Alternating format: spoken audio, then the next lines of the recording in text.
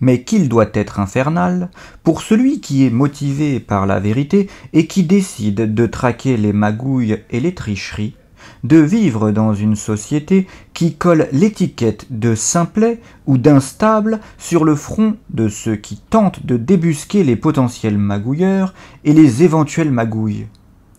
Surtout quand ces colleurs d'étiquettes sont en grande partie les victimes aveugles de ces magouilles.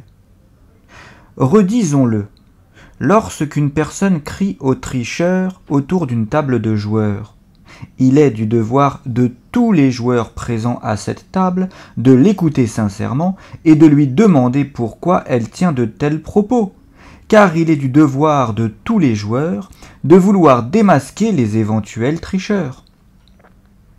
Ceux qui sont soupçonnés à tort de triche et de complot doivent comprendre l'inquiétude de leurs partenaires qui croient les avoir débusqués.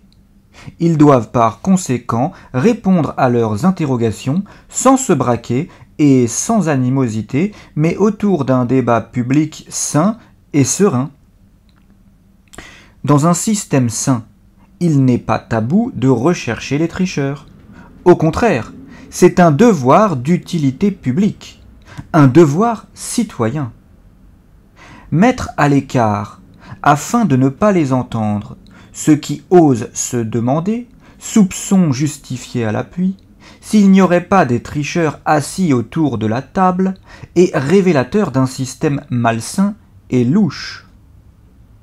C'est un système qui fait s'effondrer toutes les tours de guet présents sur le rivage en ridiculisant les théories parlant d'éventuelles attaques de pilleurs. C'est un système qui, sous prétexte de censurer les complotistes paranoïaques, censure aussi les soldats de la vérité. Et c'est là un grave problème.